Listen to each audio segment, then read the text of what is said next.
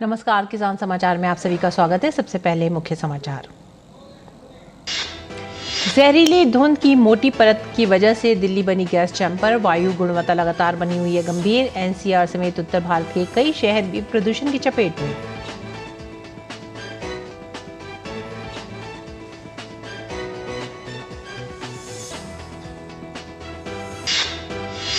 पंजाब में राज्य सरकार की लापरवाही के चलते पिछले 2 महीनों में पराली जलाने की लगभग 12,000 से अधिक घटनाएं सामने आई। मुख्यमंत्री भगवंत सिंह मान के गृह जिले संगरूर में सबसे अधिक जलाई गई पराली।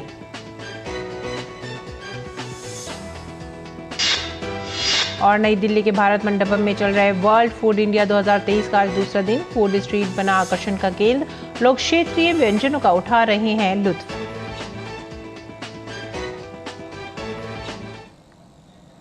और अब नजर डालेंगे खबरों पर। राजधानी दिल्ली में वायु गुणवत्ता लगातार खराब स्थिति में बनी हुई है। केंद्रीय प्रदूषण नियंत्रण बोर्ड के अनुसार दिल्ली के कई क्षेत्रों में आज वायु गुणवत्ता सूचकांक 400 के पार दर्ज किया गया है। आनंद विहार इलाके में AQI 448, जहांगीरपुरी में 421, द्वारका सेक्टर 8 में 435 और IGI एयरपोर्ट के आसपास AQI 421 दर्ज किया गया, जो बेहद गंभीर श्रेणी में आता है। दिल्ली में बढ़ते वायु प्रदूषण से अब सांसों पर संकट आ गया है। गैस चैम्बर में तब्दील हो चुकी दिल्ली ने लोगों का जीना मुहाल कर दिया है। लोगों को सांस लेने में परेशानी है, आंखों में जलन का सामना करना पड़ रहा है। राजधानी दिल्ली में अगले कुछ हफ्ते प्रदूषित हवा से राहत मिलने की उम्मीद नहीं है।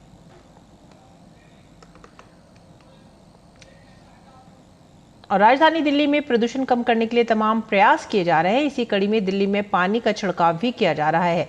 राष्ट्रीय राजधानी में बढ़ते वायु प्रदूषण को देखते हुए निर्माण कार्यों पर प्रतिबंध लगाया गया है। शहर में पानी के छिड़काव के लिए 345 मशीनें तैनात की गई हैं।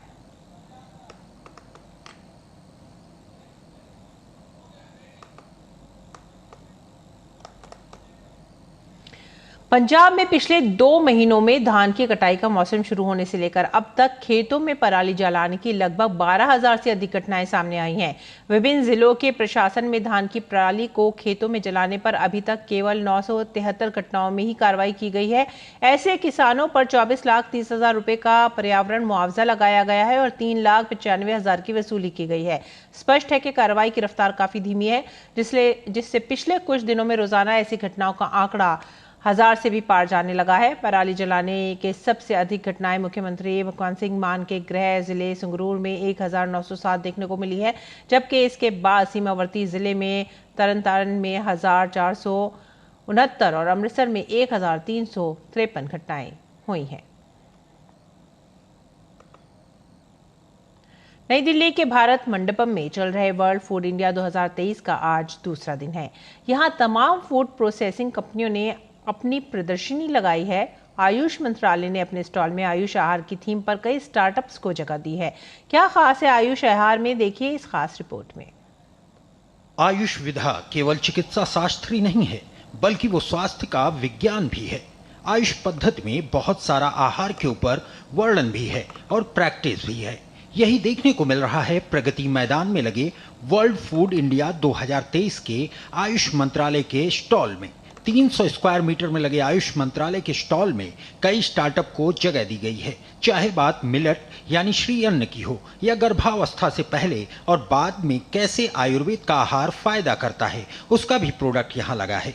आयुर्वेदिक बेस पे pre and post natal food का है कि जब बच्ची गर्भवती होती है तब से लेके बच्चा डिलीवर होने तक एवरीथिंग न्यूट्रिशन वैल्यू के हिसाब से पर मंथ वाइज एंड बाद में पोस्ट डिलीवरी दिया जाता है। हम अभी 3 प्रोडक्ट्स मेनली बना रहे हैं, जैसे कि एक प्रोटीन बार जो कि 100% नेचुरल है और आयुर्वेदिक इंग्रेडिएंट्स से भरी हुई है, और है एक स्मार्टी बार जो कि बच्चों के लिए बनाई हुई एक ऐसा फूड प्रोडक्ट है जो कि उनकी मेंटल हेल्थ और फिजिकल हेल्थ दोनों के लिए बहुत अच्छा है। कि सभी को टेस्ट चाहिए लेकिन हेल्थ के बारे में कोई सोचता नहीं है।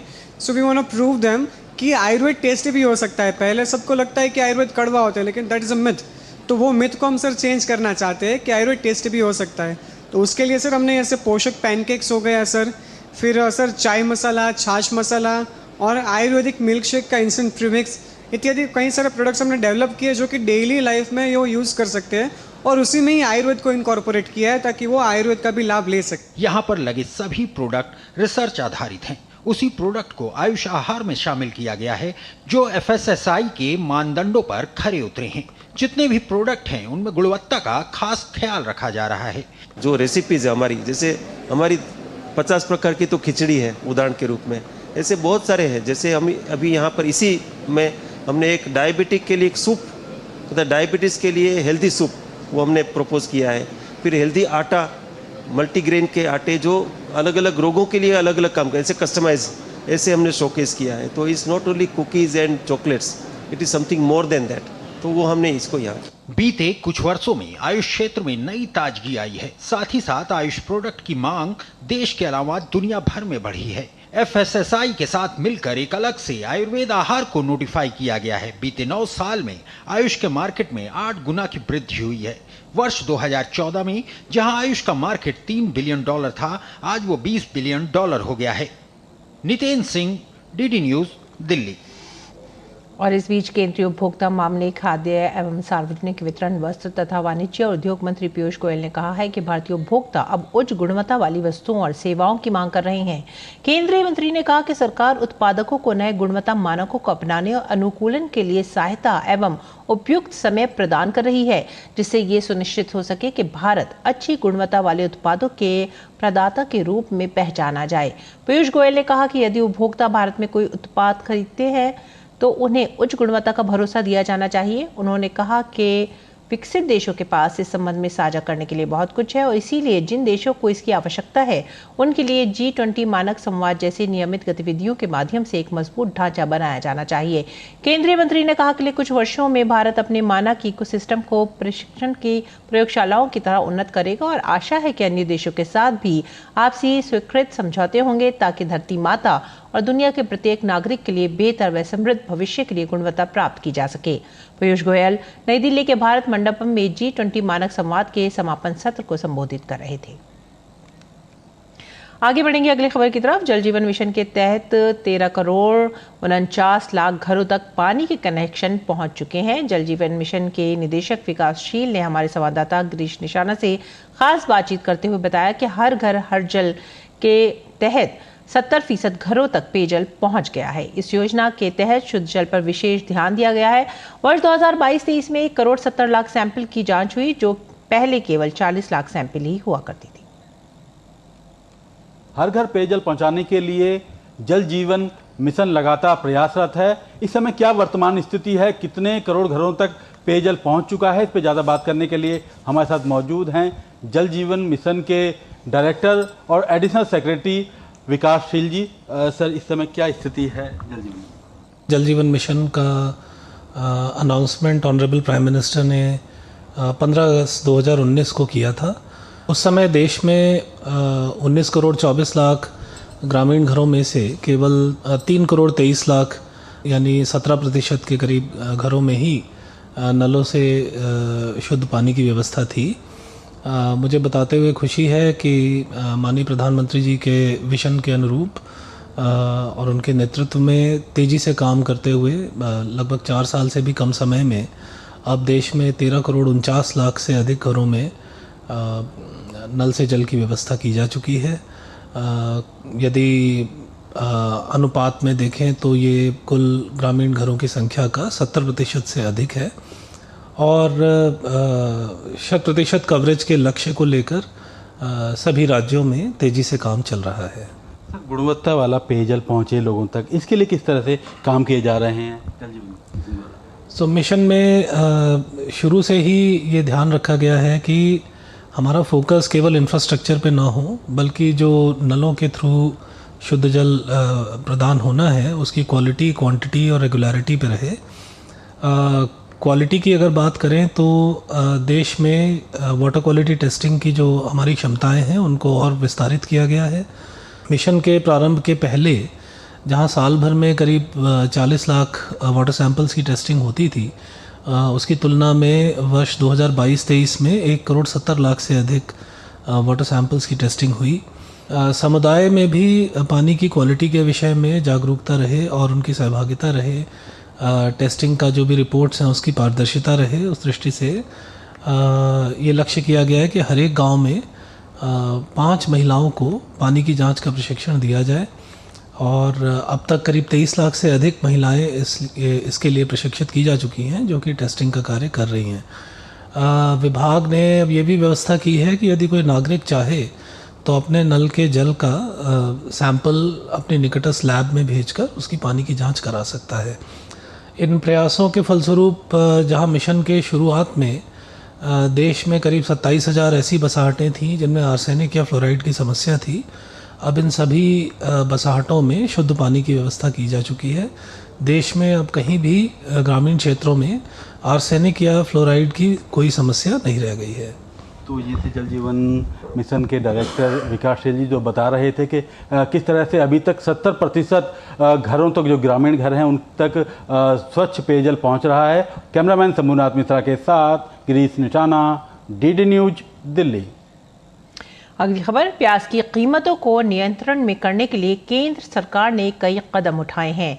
एनसीसीएफ और नेफेड के माध्यम से मोबाइल वैन के द्वारा देश भर में प्याज 25 रुपये किलो उपलब्ध करवाया जा रहा है। इसके अलावा केंद्र सरकार बफर स्टॉक से 1 लाख टन प्याज बाजार में उतार रही है ताकि त्योहारों के समय में थोक और खुदरा बाजार में कीमतें कम रहें। इन तमाम मुद्दों पर डीडी न्यूज से खास बातचीत की एनसीसीएफ के बिक्री अधिकारी। नियंत्रण करने के लिए केंद्र सरकार ने काफ़ी बड़े कदम उठाए हैं और उसमें से एक सबसे बड़ा कदम है कि एनसीसीएफ और नेफेड के माध्यम से दिल्ली के अंदर सस्ती दरों पर प्याज को बेचा जा रहा है। ये तस्वीरें तो सिर्फ हम दिल्ली की आपको दिखा रहे हैं, लेकिन देश भर के अंदर एनसीसीएफ का ये प्रयास है कि त्योहारी सीजन के अंदर लोगों को जो है प्याज जो है वो सस्ती दर पर मिलनी चाहिए। आप एनसीसीएफ की इस मोबाइल गाड़ी को देख सकते हैं। इस समय ये दिल्ली के एक साउथ एवेन्यू इलाके के अंदर हैं। लोग जो हैं अपनी ज़रूरत के हिसाब से यहाँ पर प्याज ले रहे हैं। और सबसे बड़ी बात है कि मार्केट के अंदर, बाजार के अंदर अगर हम खुदरा कीमतों की बात करें तो 60 से 70 रुपये किलो के हिसाब से प्याज मिल रही है, लेकिन एनसीसीएफ जो है सिर्फ 25 रुपये किलो की दर से प्याज उपलब्ध करा रहा है। इससे लोगों को काफ़ी राहत मिली है। दूसरी सबसे बड़ी बात यह है क्योंकि त्योहारों का सीज़न है, ऐसे में त्योहारों के समय में लोगों को प्याज की कीमतों से ना जूझना पड़े, इसलिए सरकार ने बफर स्टॉक से 1 लाख टन प्याज जो है वो बाजार में उतारने का फैसला लिया है। और इससे पहले भी सरकार ने अगस्त में भी फैसला लिया था कि बफर स्टॉक के अंदर जितने प्याज है उसको लोगों के लिए सस्ती दरों पर बाजार में उतारा जाए। खुदरा के साथ साथ जो थोक कीमतें हैं वो भी अब मंडियों में कम होती जा रही हैं और ये जो बढ़ी हुई कीमतें हैं ये अस्थायी हैं। जैसे ही नई फसल बाजार के अंदर आएगी उसके बाद ये जो प्याज की कीमतें हैं ये नियंत्रण में होंगी। हमें तो बहुत मुश्किल पड़ रही थी, तो गवर्नमेंट ने बहुत अच्छा काम किया है कि 25 रुपये किलो के हिसाब से हमें प्याज मिल रहा है। यहाँ पे 25 रुपये किलो मिल रहा है सर, और मार्केटों में जो है 60 से 70 रुपये किलो प्याज मिल रही है। भारत सरकार के जिस मार्गदर्शन से हमें बताया गया है, ऑल पैन इंडिया, पूरे भारत में हमारे जो ब्रांचेस है उनके यहाँ से मोबाइल वैन्स कल से हमारी कम से कम 450 से अधिक mobile vans all over India, पूरे भारत भर में जा रही है ऑनियंस के डिस्ट्रीब्यूशन के लिए। बाजार के मुकाबले काफ़ी कम हैं और निश्चित तौर पर आने वाले समय में प्याज की जो दरें हैं वो स्थायी रूप से कम हो जाएंगी जब नई जो है फसल जो है बाजार के अंदर आएगी। अपने कैमरामैन सन्नी कालरा के साथ अनुज यादव, डीडी न्यूज़, दिल्ली। और अब रुख करेंगे तमिलनाडु का। तमिलनाडु के कई हिस्सों में मूसलाधार बारिश जारी है। चेन्नई और अन्य कई जगहों पर रुक रुक कर बारिश हो रही है।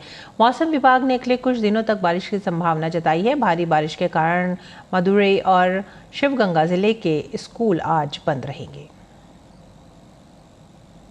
और अब नजर डालते हैं मंडी भाव पर। देखते रहे हैं कि क्या रहा देश भर में मंडियों का भाव।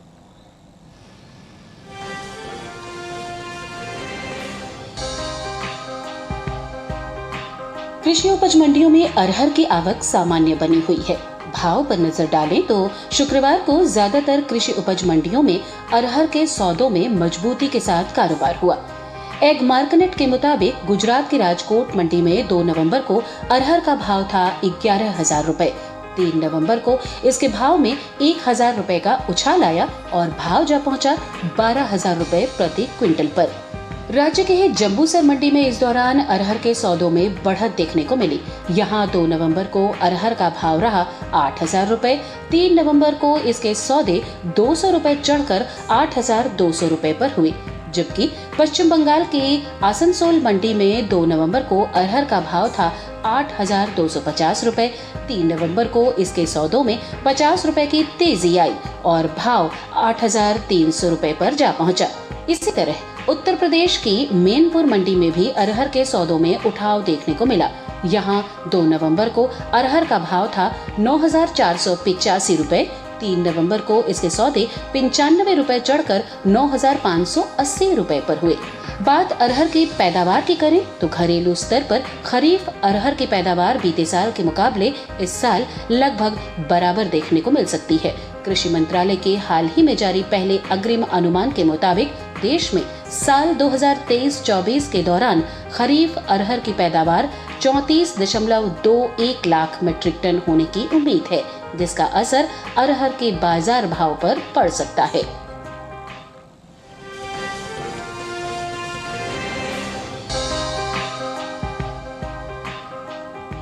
घरेलू स्तर पर इस साल आलू की पैदावार में बढ़त देखने को मिल सकती है।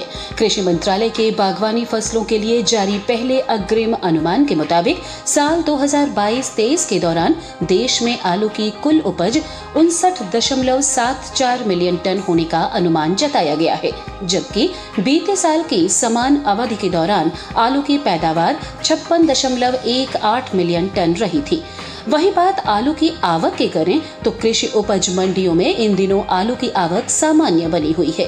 3 नवंबर को ज्यादातर मंडियों में आलू बिकवाली के लिए पहुंचा। वही बात इसके भाव की करें तो पुणे मंडी में शुक्रवार को आलू के सौदों में मजबूती के साथ कारोबार हुआ। वहीं पानीपत मंडी में भाव नरम रहे, जबकि सूरत, नरवाल और जोधपुर मंडी में आलू के भाव में कोई फेरबदल देखने को नहीं मिला। एग मार्केट के मुताबिक गुजरात की सूरत मंडी में 2 नवंबर को आलू का भाव रहा 1250 रुपए। 3 नवंबर को इसके भाव में कोई बदलाव देखने को नहीं मिला और भाव 1250 रुपए पर बरकरार रहा। हरियाणा के पानीपत मंडी में इस दौरान आलू के सौदों में नरमी के साथ कारोबार हुआ। यहां 2 नवंबर को आलू का भाव था 1100 रुपए। 3 नवंबर को इसके सौदे 300 रुपए लुढ़क कर 800 रुपए पर हुए। जम्मू कश्मीर की नरवाल मंडी में बीते 2 दिनों के दौरान आलू के भाव स्थिर रहे। यहां 2 और 3 नवंबर को आलू 1300 रुपए पर बिका, जबकि महाराष्ट्र की पुणे मंडी में 2 नवंबर को आलू का भाव रहा 1500 रुपए। 3 नवंबर को इसके सौदों में 100 रुपए की तेजी आई और भाव 1600 रुपए पर जा पहुंचा। राजस्थान की जोधपुर मंडी में आलू के भाव की बात करें तो यहां 2 नवंबर को आलू का भाव था 700 रुपए। 3 नवंबर को इसके सौदे बिना किसी फेरबदल के 700 रुपए पर हुए।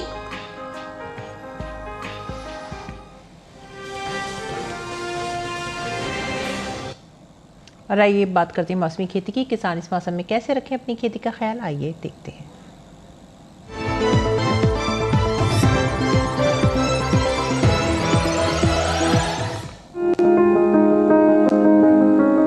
मौसम को ध्यान में रखते हुए उत्तराखंड के किसान मेथी की बुआई कर लें। यहाँ के किसान अभी के समय चना और मसूर की बुआई भी कर सकते हैं। उत्तराखंड में गेहूं और सरसों की बुआई भी कर लें किसान। उत्तराखंड में आलू की बुआई करें, साथ ही यहाँ के किसान मटर की बुआई जारी रखें। उत्तराखंड के किसान कटे हुए धान की मड़ाई कर लें, साथ ही यहाँ के किसान अभी के समय तिल की कटाई का काम कर सकते हैं। उत्तराखंड में किसान प्याज की फसल में हाथ से निराई गुड़ाई करें, साथ ही लहसुन की फसल में भी निराई गुड़ाई कर लें। यदि फसल में किसी प्रकार का संक्रमण दिखाई दे तो विशेषज्ञों की सलाह से कीटनाशक का छिड़काव करें। बात करें असम की तो यहाँ के किसान तिल की कटाई का काम कर सकते हैं। असम में सरसों, रबी मक्का और रबी दलहन की बुआई के लिए खेत तैयार करें। साथ ही असम में आलू की रोपाई कर लें किसान। इसके अलावा यहाँ के किसान टमाटर की खेती के लिए पंजाब छुआरा, पंजाब केसरी, पूसा रूबी, अर्का आभा, अर्का आलोक, BT1 जैसी किस्मों का चुनाव करें।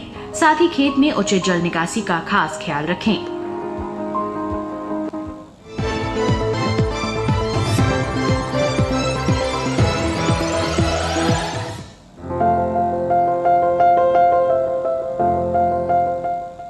किसान इस समय खेतों में फूल गोभी की बुआई कर सकते हैं। फूल गोभी की पूसा मेघना और पूसा कार्तिक संकर किस्मों की बुआई इस समय की जा सकती है। पूसा मेघना दिल्ली और हरियाणा के लिए काफी अच्छी रहती है। इस किस्म की 1 हेक्टेयर में 125 क्विंटल तक फसल ली जा सकती है। पूसा मेघना का आकार मध्यम होता है। इसमें हरे डंठल होते हैं और पूरे किनारे वाली पत्तियां होती हैं। इसके फूल का रंग सफेद होता है। वहीं पूसा कार्तिक संकर की बुआई पंजाब, उत्तर प्रदेश, बिहार, झारखंड, पश्चिम बंगाल और असम में की जा सकती है। इस किस्म की 1 हेक्टेयर में 149 क्विंटल तक की पैदावार ली जा सकती है। इसका आकार मध्यम, फूल सफेद और वजन 475 ग्राम तक होता है। बुआई से पहले खेत को अच्छी तरह जोतकर समतल जरूर कर लें। बुआई करते समय पौध से पौध की दूरी 45 सेंटीमीटर और कतार से कतार की दूरी 30 सेंटीमीटर रखें। 1 हेक्टेयर के लिए 400 से 500 ग्राम बीज काफी रहेंगे। फूल गोभी को अधिक खाद और उर्वरक की जरूरत होती है। जब पौध 4 से 6 हफ्ते की हो जाए तो उनकी रोपाई कर लें। रोपाई के तुरंत बाद और फिर 7 से 10 दिन के अंतराल पर सिंचाई करें। इसके अलावा खरपतवार पर काबू पाने के लिए महीने में 2 बार निराई जरूर करें। ऐसा करने से फसल अच्छी होगी। फसल को सुंडी और हीरक पतंगा से बचाने के लिए स्पाइनोसैट दवा की 2 मिलीलीटर यानी 2 छोटे चम्मच मात्रा को 10 लीटर पानी में मिलाकर छिड़काव करें। इसके अलावा रस चूसने वाले कीटों की रोकथाम के लिए थायोमेथिक्साम की 2 ग्राम मात्रा यानी 1 छोटा चम्मच को 10 लीटर पानी में मिलाकर छिड़काव करें। ध्यान रखें कि जहां कीटों का अधिक प्रकोप हो, सिर्फ वहीं दवा का छिड़काव विशेषज्ञों की सलाह से करें। इससे लागत में भी कमी आएगी और पर्यावरण और सेहत को भी नुकसान कम होगा।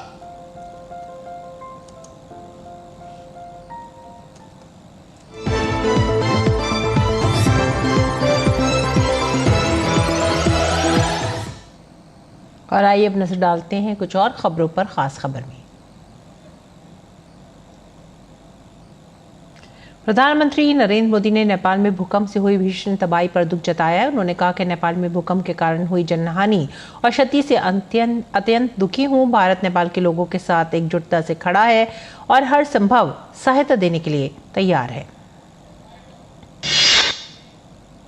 दिल्ली, एनसीआर और उत्तर भारत के कई राज्यों में भी देर रात भूकंप के तेज झटके महसूस किए गए। राष्ट्रीय भूकंप विज्ञान केंद्र ने बताया कि रात 11:32 पर 6.4 तीव्रता का भूकंप आया। इसका केंद्र नेपाल में था। भूकंप से किसी नुकसान की खबर नहीं है।